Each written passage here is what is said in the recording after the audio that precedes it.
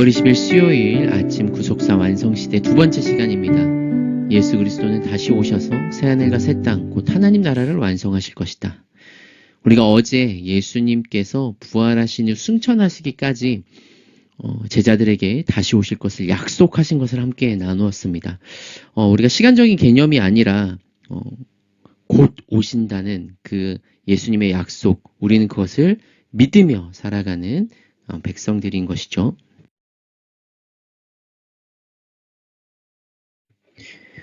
우리는 그 마지막 새 언약이 성취되고 이제 마지막 남은 약속, 다시 오실 것이다 라는 약속을 믿음으로 살아가는 이 교회 시대의 백성들입니다. 이제 마지막 남은 이 완성 시대, 예수님께서 오셔서 어떤 일이 일어날 것인가? 우리 주 예수 그리스도는 반드시 다시 오셔서 교회를 구원하시고 악한 세력을 심판하시어 하나님 나라를 완성하실 것입니다. 우리 주 예수 그리스도의 재림은 하나님 나라를 완성하기 위함이죠. 네. 우리가 이 종말이라고 하는 그것을 얘기할 때 뭔가 종말이라고 하니까 끝이라는 생각이 있지만 아닙니다. 예수님께서 오시는 이유는 하나님 나라의 완성입니다. 예수 그리스도는 초림 때 십자가 사역으로 새 언약을 성취하시고 이 세상에 하나님 나라가 임하게 하셨습니다. 예수 그리스도는 그분께 맡겨진 모든 사역을 이루심으로 하나님 나라의 왕으로 임명되셨고 지금도 만물을 다스리시며 그의 백성을 불러 모으고 계시죠. 그래서 이 십자가에서 예수님께서는 다 이루었다라고 말씀하셨습니다. 그것은 그분의 십자가 사역이 우리의 모든 죄와 사망을 이기시고 사탄의 세력을 굴복시키셨음을 보여주는 것이죠. 그리고 승천하셔서 하늘에 오르심으로 하나님 나라의 왕이 되신 것입니다. 그래서 예수 그리스도와 그분의 사역을 믿는 자는 누구나 하나님 나라에 들어가 그의 백성이 될 수 있고 주님의 통치를 받아 하나님 나라 곧 천국의 복을 누릴 수가 있습니다. 주 대신 예수 그리스도는 이미 시작하신 하나님 나라의 일을 완성하기 위해 다시 오실 것입니다. 그 나라의 완성은 먼저 모든 악한 세력을 심판하셔서 지옥 형벌을 받게 하시고요. 두 번째로 믿는 자를 부활시키셔서 새 삶을 시작케 하시고 세 번째로 부활한 하나님의 새 언약의 백성이 복되게 살아갈 수 있는 환경으로 만물을 새롭게 하심으로 새하늘과 새 땅을 조성하는 것으로 이루어지는 것입니다. 우리 주 예수 그리스도가 재림하시어 이 모든 일을 행하심으로 이 창세 때부터 계획하셨던 그리고 준비하셨던 하나님 나라가 완성되는 것이죠. 먼저 우리 주 예수 그리스도가 재림하시면 모든 악한 세력들은 심판을 받아 멸망하며 하나님이 마련하신 지옥 형벌에 떨어질 것입니다. 주님이 재림을 하시면 교회를 미혹하게 하여 무상 숭배에 빠지게 한 모든 악한 존재들이 다 유황불에 던져질 것입니다. 세상을 미혹하게 하기 위해 사탄에게 보냄받아서 자신을 신으로 내세운 이 짐승, 이 요한계시록의 말씀에 짐승들이나 그 거짓 신에게 사람들을 인도했던 이 거짓 선지자들이 멸망당하는 것이죠. 이 요한계시록 19장 19절 21절 말씀에 보면은 그 짐승들, 19절이 그 짐승들과 땅의 임금들과 그들의 군대들이 이제 전쟁을 일으키다가 잡혀서 이 거짓 선지자도 20절에 보면 함께 잡히죠. 그리고 이 둘이 산채로 유황불에 붙는 못에 던져진다라고 하였습니다. 이 사탄은 하나님의 새 언약 백성인 교회를 미혹하고 핍박하기 위해 스스로 그리스도인 척하는 적 그리스도와 그를 섬기도록 미혹하는 거짓 선지자들을 보내죠. 지금도 그렇습니다. 많은 이단들 그리고 천주교 교황으로 하여금 전 세계적으로 예수 그리스도가 아닌 다른 것을 믿고 사람인 교주를 믿게 하는 그런 적 그리스도들이 결국엔 어떻게 될 것인지 성경은 말하고 있죠. 이 마지막 때가 되면 두 짐승을 보내 교회를 미혹하며 핍박하게 했던 사탄도 불과 유황못에 던져질 것입니다.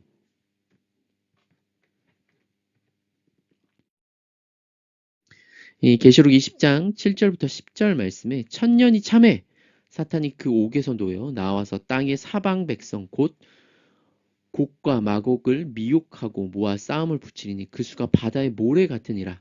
그들이 지면에 널리 퍼져 성도들의 진과 사랑하시는 성을 두름에 하늘에서 불이 내려와 그들을 태워버리고 또 그들을 미혹하게 하는 마귀가 불과 유황못에 던져지니 거기는 그 짐승과 거짓 선지자도 있어 세세토록 밤낮 괴로움을 받으리라. 사탄이 마지막 때에 행하려는 이 악한 시도를 너무 과도하게 우리가 평가할 필요가 없습니다. 이것은 이 어떤 영적인 상황을 묘사한 것이고요. 사탄은 우리가 죄에 빠졌을 때부터 하나님의 백성들을 무너뜨리고 그들과 함께 그러니까 하나님의 백성들과 함께 지옥에 가려고 애쓰는 존재인 것이죠. 이 예수 그리스도의 십자가 사역으로 패배한 이 사탄은 이 하나님이 보좌 우편에서 다스리는 기간 동안 결박당해 무적행에 갇혀 있다가 결국 교회에 대해서 어떻게 할 수 없습니다. 그러니까 이제 머리가 상하게 된 것이죠. 우리를 이제 더 이상 어떻게 할 수 없는 상황인 것입니다. 이 마지막 때 사탄의 무적행에서 잠깐 놓이는 것은 이 심판받아서 최종적으로 멸망하기 위함인 것이죠. 이 마지막 때가 되면 사탄과 두 짐승을 따르며 하나님을 대적하고 교회를 핍박하던 모든 불신자들도 자기의 행위대로 심판을 받아 멸망할 것입니다. 이 계시록 20장 11절 15절 또 내가 크고 흰 보좌와 그 위에 앉으신 이를 보니 땅과 하늘이 그 앞에서 피하여 간데 없더라. 또 내가 보니 죽은 자들이 큰 자나 작은 자나 그 보좌 앞에 서 있는데 책들이 펴 있고 또 다른 책이 펴졌으니 곧 생명책이라. 죽은 자들이 자기 행위를 따라 책들에 기록된 대로 심판을 받으니 바다가 그 가운데서 죽은 자들을 내주고 또 사망과 음부도 그 가운데서 죽은 자들을 내주며 각 사람이 자기의 행위대로 심판을 받고 사망과 음부도 불못에 던져지니 이것이 둘째 사망 곧 불못이라. 누구든지 생명책에 기록되지 못한 자는 불못에 던져지더라. 그죠? 생명책에 기록되지 못한 하나님의 백성이 아닌 자들은 결국 지옥에 던져질 것입니다. 우리 주 예수 그리스도가 재림하시면 모든 신자들, 즉 교회는 영광스러운 부활에 이를 것이며 하나님은 새하늘과 새 땅을 조성하셔서 우리에게 기업으로 주실 것입니다. 네, 예수님이 이 악한 세력들을 지옥에 던지는 것이 결론이 아닙니다. 네, 우리를 새하늘과 새 땅, 하나님 나라의 백성으로 영원한 안식의 기업을 우리에게 주시는 것이 결론인 것이죠. 우리는 주님의 재림하실 때 영광스러운 몸을 가진 자로 부활할 것입니다. 고린도전서 15장 12절부터 20절 말씀에도 그리스도께서 죽은 자 가운데서 다시 살아나셨다 전파되었거늘 너희 중에 어떤 사람들이 어찌하여 죽은 자 가운데 부활이 없다느냐.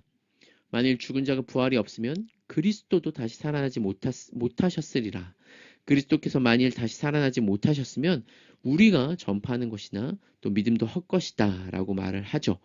예수님께서 부활하신 것처럼 우리도 부활할 것을 얘기하고 있습니다. 만일 그리스도 안에서 우리가 바라던 것이 다만 이 세상에 살 뿐이면 모든 사람 가운데서 우리는 불쌍한 자라. 그러나 같이 읽고 싶네요. 이제 그리스도께서 죽은 자 가운데서 다시 살아나사 잠자는 자들의 첫 열매가 되셨도다. 이 22절까지 제가 쓰진 않았는데 22절에 아담 안에서 모든 사람이 죽은 것 같이 그리스도 안에서 모든 사람이 삶을 얻으리라 라고 말을 하고 있습니다. 우리는 마지막 죽음이 끝이 아니라 부활할 것입니다. 우리의 부활은 주 예수 그리스도와 같은 영광스러운 부활이죠. 빌립보서에서도 우리의 낮은 몸을 자기의 영광의 몸의 형체와 같이 변하게 하신다 하셨고요. 고린도전서 15장에도 우리가 썩을 것으로 심지만 썩지 아니할 것으로 다시 살아나고 약한 것으로 심고 강한 것으로 다시 살아나며 육의 몸으로 심고 신령한 몸으로 다시 살아난다고 말하고 있습니다. 우리의 연약함, 우리의 어떤 육체적인 약함과 이 모든 것들이 이제 완전한 새로운 몸으로 부활하게 될 것이죠. 하나님은 부활한 우리를 새롭게 조성하신 새하늘과 새 땅에서 살게 하실 것입니다. 이 새하늘과 새 땅은 하나님의 백성들이 살기에 적합한 세상이죠. 요한계시록 21장 1절부터 7절에 또 내가 새하늘과 새 땅을 보니 처음 하늘과 처음 땅이 없어졌고 바다도 다시 있지 않더라. 또 내가 보매 거룩한 성 새 예루살렘이 하나님으로부터 하늘에서 내려오니 그 준비된 것이 신부가 남편을 위하여 단장한 것 같더라. 내가 들으니 보좌에서 큰 음성이 나서 이르되 보라 하나님의 장막이 사람들과 함께 있음에 하나님이 그들과 함께 계시리니 그들은 하나님의 백성이 되고 하나님은 친히 그들과 함께 계셔서 모든 눈물을 그 눈에서 닦아주시니 다시는 사망이 없고 애통하는 것이나 곡하는 것이나 아픈 것이 다시 있지 아니하리니 처음 것들이 다 지나갔음이러라. 보좌에 앉으신 이가 이르되 보라 내가 만물을 새롭게 하노라 하시고 또 이르시되 이 말은 신실하고 참되니 기록하라 하시고 또 내게 말씀하시되 이루어졌도다 이루었도다 나는 알파와 오메가요 처음과 마지막이라 내가 생명수 샘물을 목마른 자에게 값없이 주리니 이기는 자는 이것들을 상속으로 받으리라. 나는 그의 하나님이 되고 그는 내 아들이 되리라. 네, 처음 하늘과 처음 땅 우리가 살고 있는 세상이 이 아담의 범죄로 저주받은 땅이었는데요. 이제 새하늘과 새 땅, 신천지가 우리 가운데 임할 것입니다. 거기는 더 이상 사망이나 애통하는 것이나 곡하는 것이나 아픈 것이 없죠. 만물이 새롭게 될 것입니다. 새롭게 된 세상에서 우리는 하나님과 우리 주 예수 그리스도가 주시는 생명으로 영생을 누리며 최고로 복된 삶을 살아갈 것입니다. 22장 말씀에서도요. 또 그가 수정같이 맑은 생명수의 강을 내게 보이니 하나님과 및 어린 양의 보좌로부터 나와서 길 가운데 흐르더라.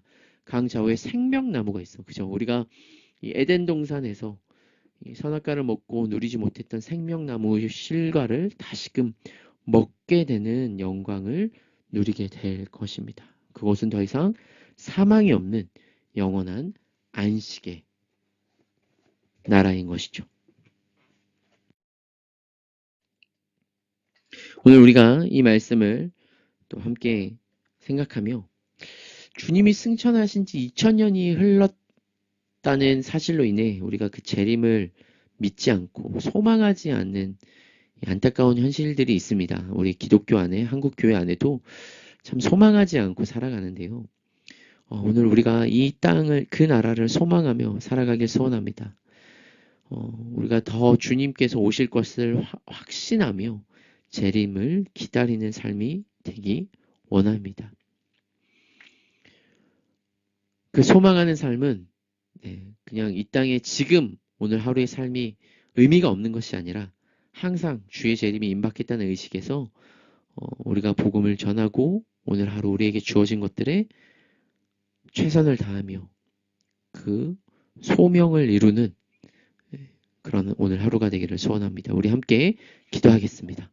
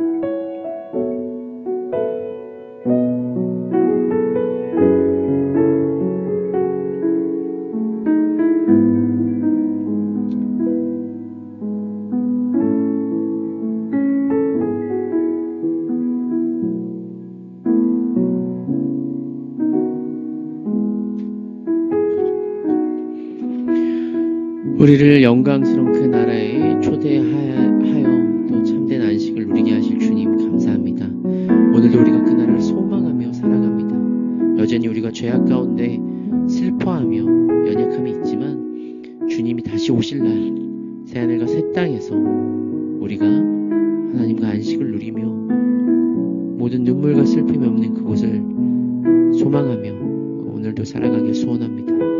주님, 우리의 연약함 회복시켜 주시고 오늘도 우리가 그 소망 가운데 그리 아니하실지라도 우리를 완전히 구원하실 그 하나님을 믿음으로 기쁨으로 살아내게 하여 주시옵소서.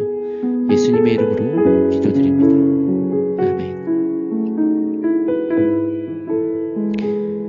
오늘도 감사가 넘치는 하루가 되길 소원합니다.